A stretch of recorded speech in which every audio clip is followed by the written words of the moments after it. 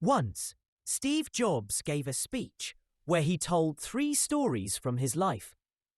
Those stories were simple but full of meaning. Today, I want to share those same 3 stories with you. The first story is about connecting the dots. The second story is about love and loss. And the third story is about death. These stories taught me a lot, and I hope they will inspire you too, just like they inspired many people around the world. Let's begin. The first story is about joining the dots. I left Reed College after 6 months, but I stayed around as a visitor for another 1.5 years before I really left. So, why did I leave? It started before I was even born. My real mother was a young student. She was not married. She decided to give me up for adoption. She wanted me to be adopted by parents who had finished college. So, a lawyer and his wife were ready to adopt me. But when I was born, they changed their minds. They wanted a baby girl. Then my parents, who were waiting for a baby, got a phone call at night. They were asked, "We have a baby boy. Do you want him?" They said, "Of course." Later, my real mother found out that my new mum never finished college and my new dad never even finished high school. She did not want to sign the final papers. But she agreed after my parents promised that I would go to college one day. That's how my story began. And 17 years later, I did go to college. But I chose a very expensive college. It cost almost as much as Stanford. All of my parents' money was going to my college. After 6 months, I could not see why I was there. I didn't know what I wanted to do with my life. I didn't know how college could help me. I was using all my parents' savings. So I decided to leave college and hoped everything would be okay. At that time, it was scary. But looking back, it was one of the best choices I ever made. When I left, I didn't have to take boring classes. I could go to the classes I liked. It wasn't always fun. I didn't have a room, so I slept on the floor in friends' rooms. I returned Coke bottles to get 5 cents each to buy food. Every Sunday night, I walked 7 miles across town to get a good meal at the Hare Krishna temple.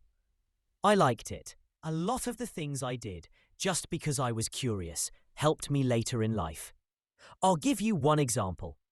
Reed College had the best calligraphy class in the country. Every poster, every draw label on campus was written in beautiful handwriting. Since I dropped out and didn't have to go to normal classes, I decided to take a calligraphy class. I learned about serif and sans serif typefaces. I learned how to add space between letters. I learned what makes writing look beautiful. It was lovely, old and artistic. I found it very interesting. I thought it would never help me in real life. But 10 years later, when we were making the first Macintosh computer, I used what I learned. We added all those things to the Mac. It was the first computer with nice fonts and great writing styles. If I never took that calligraphy class, the Mac would not have had those features. And since Windows copied the Mac, no computer would have them. If I had not left college, I would not have taken that calligraphy class. And computers today might not have great fonts. Of course, when I was in college, I could not see how these things would help me in the future. But 10 years later, it was very clear.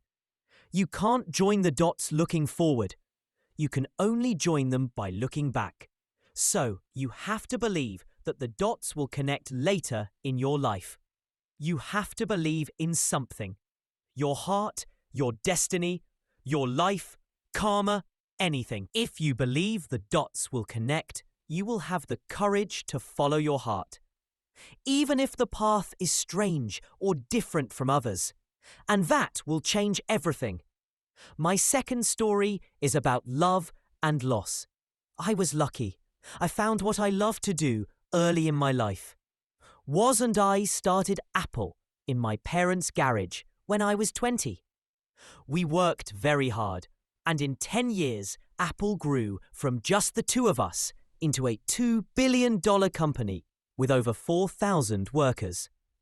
We had just made our best product, the Macintosh, a year before, and I had just turned 30. And then I got fired. How can someone get fired from the company he started? Well, as Apple grew, we hired someone who I thought was a great leader to help me run the company. For the first year or so, things were good.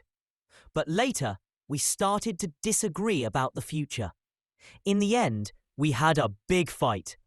The board of directors chose him. So at 30, I was out. And it happened in front of everyone. The thing I cared about most in my life was gone, and it hurt a lot. I didn't know what to do for months. I felt like I let older business people down, that I had failed them. I met with David Packard and Bob Noyce to say sorry for messing up. I felt like a failure that everyone could see. I even thought about leaving Silicon Valley. But slowly, I started to see something. I still loved what I did. Getting kicked out of Apple didn't change that. I had failed. But I still loved my work. So I decided to begin again. I didn't know it then, but getting fired from Apple was the best thing that could have happened to me. The pressure of success was gone, and I felt light again, like a beginner. I wasn't sure about anything anymore, and that helped me be more creative. In the next 5 years, I started a company called Next, another called Pixar, and I also met a wonderful woman who later became my wife. Pixar made the first computer-animated movie, Toy Story, and is now the best animation studio in the world. Then something amazing happened. Apple bought Next, and I returned to Apple. The tech we built at Next became the heart of Apple's new success. And Lorene and I have a great family together. I don't think any of this would have happened if I hadn't been fired from Apple. It was a hard time, but it turned out to be good for me. Sometimes life hits you hard. Don't lose hope. I believe the only reason I kept going was because I loved my work. You need to find what you love. This is true for both your job and the people you love. Your work will take up a big part of your life, and the only way to be truly happy is to do what you believe is great work. And the only way to do great work is to love what you do. If you haven't found it yet, keep looking. Don't stop.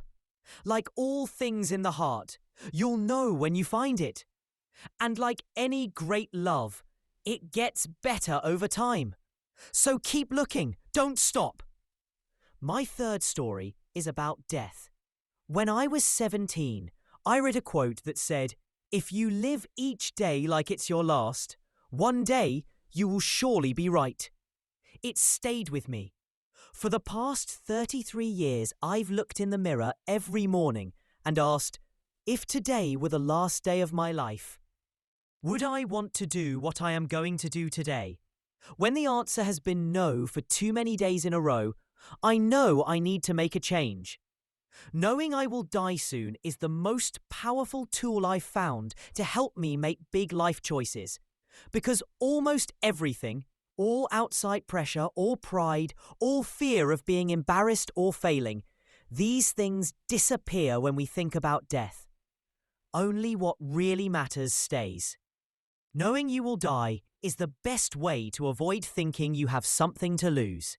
You are already free. There is no reason not to follow your heart. No one wants to die. Even people who want to go to heaven don't want to die to get there. And still, we all must die. No one has ever escaped it. And that's how it should be. Because death is likely the best part of life. It brings change. It clears out the old to make room for the new. Right now, you are the new. But one day, not too far from now, you will slowly become old and be gone. Sorry to say it so strongly, but it's true.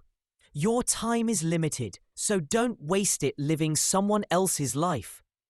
Don't be caught by rules, which are like living with other people's thinking. Don't let the noise of others' voices keep you from hearing your own inner voice. Most important, have the courage to follow your heart and gut. They somehow already know what you really want to be. Everything else doesn't matter. Stay hungry.